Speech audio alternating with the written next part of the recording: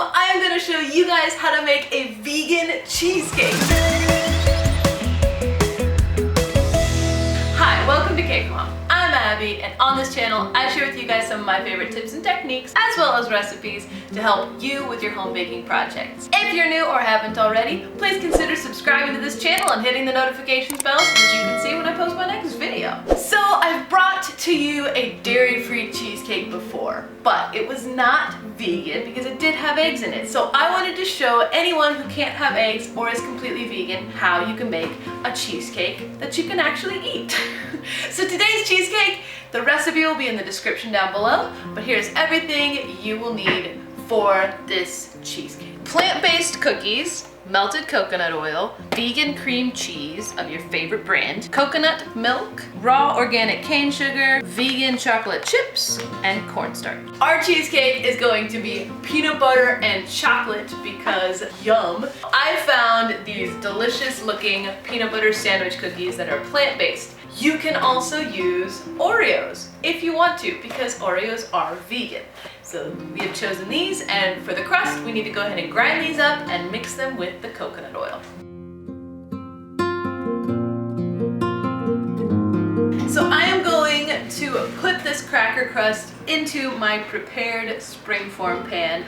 I have a 9-inch springform pan that I lined with parchment paper, and I put a layer of plastic wrap and a layer of aluminum foil on the outside because this is going to be sitting down in what's called a bain-marie, which is a pan with water in it to promote very even and slow, low baking. Now we are going to want to set our crust aside and make our filling for the cheesecake, which, like I said before, ours is going to be chocolate. So I have these allergen-free vegan chocolate chips, and then as far as cream cheese goes, I have two different ones that I like both of them, so I went half and half. This one is made with almond milk, this one is made with cashew milk. I find when you blend the two of them, you don't get a strong flavor of either. So my personal goal with making cheesecakes is to not have a big crack on the top. Now, the cracks come from a lot of different things. I'm going to share with you guys a few tips to hopefully make sure that your cheesecake has a nice, smooth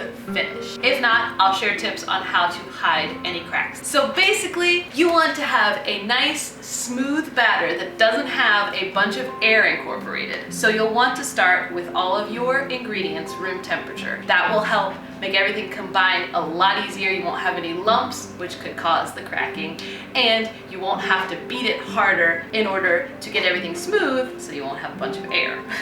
So you're gonna start by creaming together the cream cheese and the sugar, but you wanna do this on a medium speed. Don't crank it up to high. And I like to use a paddle attachment because a whip attachment will incorporate a lot of air. So I use a paddle attachment on my whip.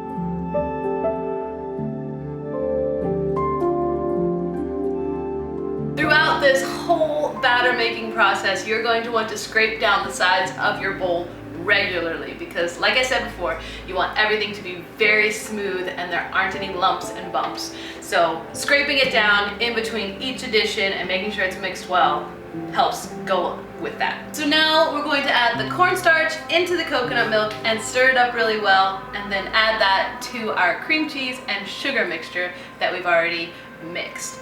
Once we add it, you want to mix it on medium, and like I said, make sure you scrape down the sides again and get everything smoothly incorporated. Okay, so our last ingredient is the chocolate. So we have to melt these. If you have a microwave, you can melt these in the microwave, 30-second bursts. Make sure you stir it in between. You do not want to overheat your chocolate. But I don't have a microwave, so I'm going to use what's called a double boiler. It's a glass bowl or a metal bowl and a small pot with some water. The bowl sits on top of the pot, and the steam from the water melts the chocolate. Don't let the water touch your bowl. So we poured the batter into our prepared crust and then tried to make sure that the top was pretty evenly smoothed. And then we've placed our entire pan into a bigger pan that we then filled with hot water. I like to place a rag down in the bottom of my pan so that my cheesecake doesn't shift around and make a giant mess. The reason I put hot water into the pan is so that there's no delay in the baking time. And the reason for the bain-marie is so that this cheesecake gets a nice even baking on all sides, so you don't have to get in there and turn the cake around, because if you open the oven door, the change in temperature can cause your cheesecake to crack. So I like to bake mine on the second to lowest rack in my oven, and I bake it at 350 for 30 minutes and at 300 for an additional 40 to 50 minutes, depending on how long the cheesecake takes to bake. Once it just slightly jiggles, then I know it's done, and I like to turn my oven off and let it cool for about 45 minutes in the oven before I pull it out and stick it in the fridge overnight. Okay, our cake is finished. It refrigerated overnight. We didn't get any cracks in it, which is awesome, and I'm just going to take it out of the pan so we can serve it up and see how it tastes.